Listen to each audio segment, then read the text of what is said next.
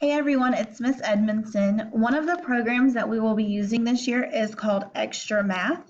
And in order to log into Xtramath, there are quite a few steps that you have to follow, and it's not as easy to log into as some of the other programs are.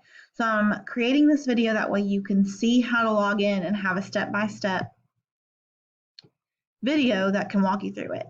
So you want to go to your Virtual Learners Google Classroom page, and I posted a Clever link. So if you click on this Clever link, you're going to click Login with Google.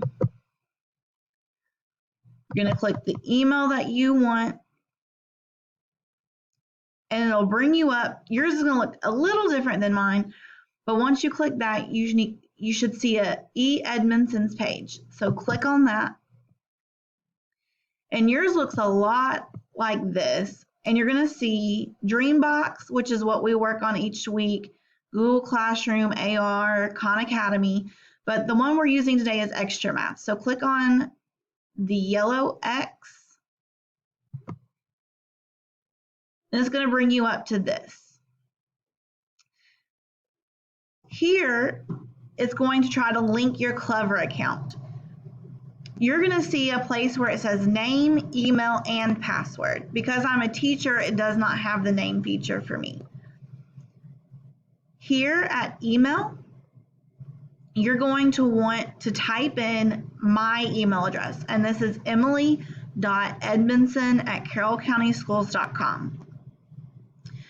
The name that you will type in is from the card that I am sending you via Class Dojo. So you're going to need to type it in just as the name appears on the card, and then your password will be the PIN number, and the PIN is in the top right-hand corner of the card. You're going to get a picture of the card, and you're also going to get a link to this video.